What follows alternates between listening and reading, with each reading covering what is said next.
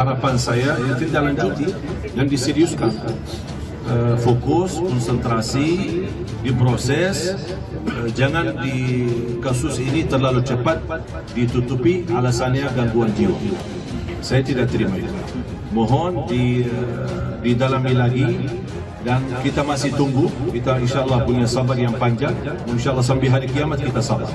Ya, jangan khawatir. Yang penting kita harap ada keseriusan, kesungguhan dari aparat keamanan untuk menyelesaikan kasus ini dengan baik. Bukan hanya dengan ide-ide, apalagi dengan kata sudah belum apa-apa sudah dikatakan gangguan jiwa. Ini menurut saya terlalu cepat reaksi seperti ini. Tunggu aja, sabar, dan mudah-mudahan saya percaya insya Allah aparat keamanan insya Allah bisa tuntaskan kasus ini dengan sebaik-baik. Menurut keterangan orang tuanya mengalami gangguan jiwa, tetapi dari kepolisian tidak begitu saja menerima penjelasan ini, sehingga dari pihak Reskrim proaktif malam ini untuk mengundang dokter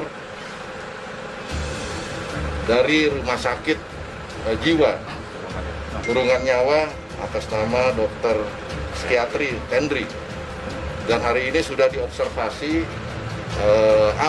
pemeriksaan awal pada yang bersangkutan, dan besok kita akan resmi mengirimkan visum et repertum kepada rumah sakit jiwa untuk pemeriksaan yang bersangkutan. Selain itu juga tersangka juga kita lakukan pemeriksaan urin, hasilnya negatif hari ini, dan kita akan lakukan pemeriksaan besok kepada rumah sakit jiwa kurungan nyawa, dan kedua kita akan memanggil psikiatri dari dokter kepolisian. Insya Allah besok sudah kami koordinasikan Pusdokes, tim akan datang untuk melaksanakan observasi yang bersangkutan.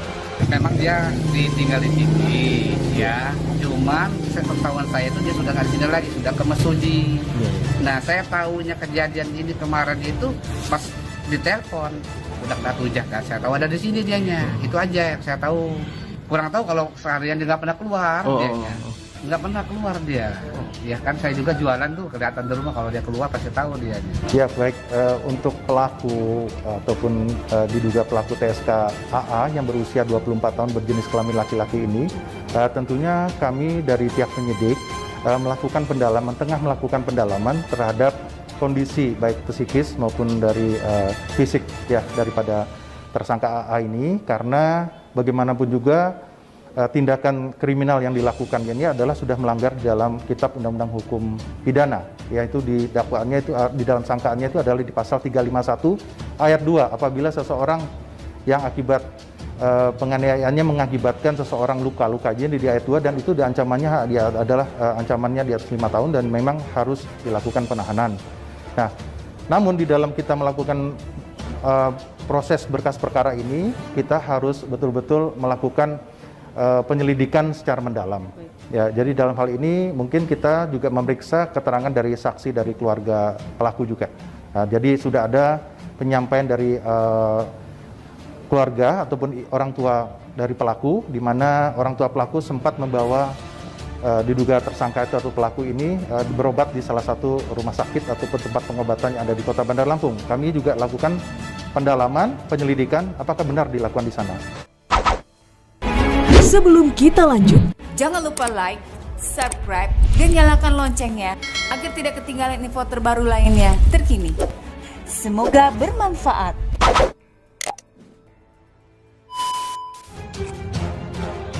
semuanya terkejut. Rumah penusuk Syekh Ali digeledah. Inilah yang ditemukan oleh aparat. Rumah penusuk Syekh Ali Jaber digeledah. Ini yang ditemukan polisi. Polisi sudah melakukan penggeledahan di rumah pelaku penusuk Syekh Ali Jaber, Alvin Andrian. Dari hasil penggeledahan, pihak kepolisian tidak menemukan indikasi pelaku penusukan terhadap Syekh Ali Jaber terpapar paham radikal. Kepala Bidang Humas Polda Lampung, Komisaris Besar Polisi Zahwani Arsyad saat dihubungi di Bandar Lampung pada Senin 14 September.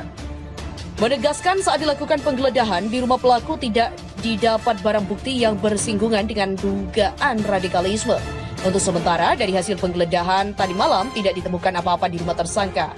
Tidak ada barang-barang bukti yang mengarah kegiatan seperti radikalisme, hanya menemukan pakaian pelaku saja. Dia menjelaskan saat ini pihaknya tengah melakukan pendalaman masalah kejiwaan pelaku penusukan Syekh Ali Jaber. Kombes Zahwani menjelaskan untuk mendalami kejiwaan pelaku, polisi juga sudah mengundang Dr. Tendri Septa, spesialis kejiwaan dari RSJ Kurungan Nyawa, serta tim ahli psikiatri dari Pusat Kedokteran dan Kesehatan Mabes Polri.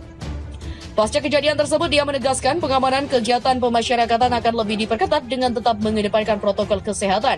Zahwani juga menghimbau masyarakat jangan terprovokasi kejadian penusukan terhadap Syekh Ali Jaber itu dan kewaspadaan harus tetap ditingkatkan. Di mana pihak kepolisian juga akan memproses pelaku sesuai dengan hukum yang berlaku. Sanksi penusukan Syekh Ali Jaber mengatakan, warga bilang pelaku normal-normal saja selama ini. Terobos barisan jamaah yang sedang mendengarkan ceramah, pelaku langsung mendekati dan menusuk senjata tajam ke arah tubuh Syekh Ali Jaber. Begitu diungkapkan Dede, salah seorang jamaah yang berada di lokasi kejadian kepada harian Momentum.com. Mungkin pelaku niatnya menusuk dada Syekh tapi dapat dihindari sehingga kena tangan sebelah kanan di sekitar bawah punggungnya. Dede mengatakan peristiwa penusukan itu terjadi saat Syekh Ali Jaber menyampaikan kajian dalam acara wisuda santri TPK Masjid Falahuddin sekitar pukul 16:50 waktu Indonesia Barat. Dikatakannya menurut jamaah lain, pelaku merupakan warga yang bertempat tinggal di sekitar belakang masjid tersebut. Melihat pelaku menusuk Syekh Ali Jaber, kata Dede, warga langsung mengamankan tersangka. Bahkan, pelaku sempat dipukuli oleh warga hingga babak belur sebelum polisi datang. Dede melanjutkan saat diinterogasi warga, pelaku mengaku disuruh untuk menusuk Syekh Ali Jaber di bagian dada. Setelah kejadian tersebut, bapak pelaku langsung datang dan mengatakan jika anaknya kurang waras, tapi warga sekitar yang kenal dengan pelaku mengatakan pelaku normal-normal saja selama ini. Sementara Syekh Ali Jaber mengatakan, saya tak terima bila penusuk dianggap gila, dia terlatih, pasti ada dalangnya. Syekh Ali Jaber menyebutkan pelaku yang berusaha menikamnya saat mengisi acara di salah satu masjid di Kota Bandar Lampung. Provinsi Lampung merupakan orang yang terlatih. Dia tidak terima bila pelaku dianggap gila. Menurut Syekh, saat berhadapan langsung, pelaku mencoba menusuknya di bagian vital. Namun karena ada sedikit gerakan darinya, pisau tersebut menuju lengan atas kanannya atau bahu. Reaksi pelaku saat berhadapan dengan dia, mencoba menusuk, kemudian karena gagal menusuk di bagian yang diinginkan, pisau yang menancap di tangan ini coba ditariknya dengan kekuatan dan keberanian, namun patah saat ada gerakan memutar dari saya. Melihat itu, mohon maaf, bukan seperti orang gila, dia sangat berani bahkan terlatih, ungkap Syekh Ali Jaber. Dia mengatakan karena yang bersangkutan terlatih pasti ada dalang atau orang di belakangnya yang menyuruh. Wallahu a'lam bishawab. Dan saya harap hukum dapat berjalan dan serta aparat keamanan dapat berlaku amanah dan jujur karena kepercayaan kami kepada mereka sangat besar. Syekh Ali Jaber juga mengatakan semua ini dilakukan bukan demi kepentingan pribadinya, melainkan untuk para ulama agar ke depan mereka tidak menjadi sasaran orang yang ingin menghabiskan agama Islam dengan mengincar para kiai. Tak hanya itu, tetangga sebut Alvin Andrian tidak gila dan istrinya baru melahirkan. Seorang pengguna media sosial, Welza Onistia, menyebut Alvin Andrian penusuk Syekh Ali Jaber tidak gila. Pemilik akun tersebut menyebut Alvin Andrian adalah tetangga gangnya di Tamin Tanjung Karang, Pusat Bandar Lampung. Ia menyebut Alvin sudah berkeluarga dan memiliki seorang istri yang baru melahirkan, namun Alvin tidak memiliki pekerjaan tetap. Dia meyakini Alvin disuruh dan dibayar untuk menusuk Syekh Ali Jaber karena butuh uang. Di laman akun Twitternya dia mengatakan, tetangga gang rumah saya ini, dia tidak gila, dia masih waras. Pasti dia disuruh dan dibayar untuk nusuk Syekh karena istrinya baru melahirkan. Dia kagak ada pemasukan dana, kerja juga enggak. Begitulah akun dari @welzaonistia. Dan mayoritas warganya tidak percaya Alvin Andrian gila. Selain karena penampilannya cukup rapi dan bersih, penusuk Syekh Ali Jaber itu juga aktif di media sosial. Bahkan dia sering berselfie, bermain musik, dan menyanyi di kafe. Wakil Ketua MPR RI Hidayat Nur Wahid atau HNW meminta agar masalah itu tidak dikaburkan dengan menyebut penusuk Syekh Ali Jaber mengalami gangguan jiwa.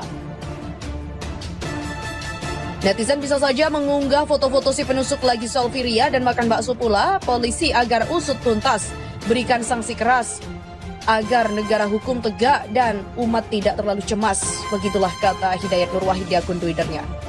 Kapolda Lampung Irjen Pol Purwadi Arianto menjelaskan berdasarkan penjelasan orang tua pelaku mengalami gangguan jiwa. Tapi dari pihak kepolisian tidak percaya begitu saja menerima penjelasan ini.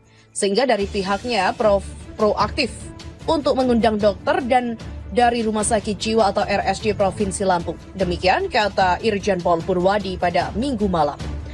Dan saat ini pelaku tengah menjalani observasi awal pemeriksaan. Dia akan dibawa ke RSJ untuk diperiksa. Selain itu, pihaknya melakukan pemeriksaan urin kepada pelaku dan hasilnya diketahui negatif. Pihaknya juga akan berkoordinasi dengan Bidokes dan saat ini dalam pendalaman oleh Reskrim didampingi dokter psikiatri. Begitulah kata Irjen Pol Purwadi.